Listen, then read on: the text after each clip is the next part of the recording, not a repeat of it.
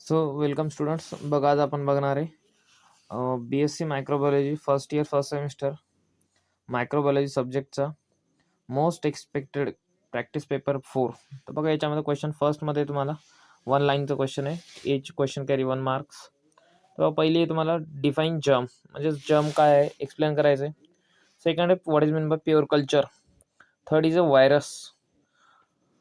Fourth is a resolving power मायक्रोस्कोपशी related question आहे.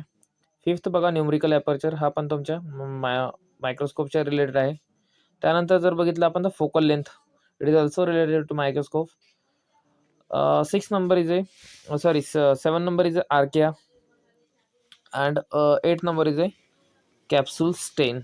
So is capsule stain is a generally color which is used for the general identification of bacteria or during staining techniques.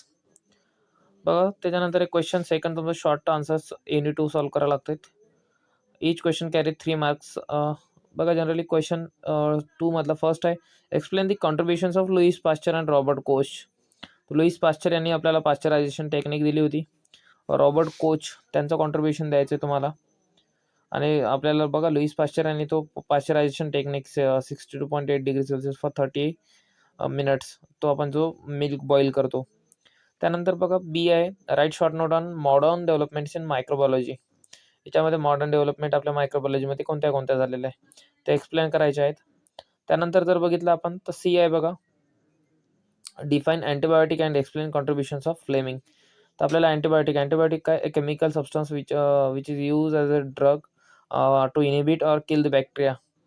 तर हे सर्वात अगोदर आपल्याला डिस्कवर केलं होतं Alexander Fleming यांनी 1927 और 28 मध्ये. त्यानंतर बघा डी क्वेश्चन आहे write short note on discovery of vaccines. तर हे वॅक्सिनची डिस्कवरीवर आपल्याला शॉर्ट नोट लिहायची आहे. तर जसं बघा तुम्हाला मला वाटते रॉबर्ट कोच यांचंच कॉन्ट्रीब्युशन आहे ते 1892 रेबीज वगैरे वॅक्सिन, कोलेरा वॅक्सिन. त्यानंतर क्वेश्चन 3 बघा लॉंग आन्सर 6 मार्क्ससाठी हा आहे. Describe the role of micro organisms in environment and sustainability. Discuss the micro organisms as a bio weapon and their effects. Question 4 आहे बघा short answer any two. First question बघा describe general characteristics of fungi. फंगीचे तुम्हाला general characteristic लिहायचे. Cell wall that is made up of chitin. Fungis are multicellular.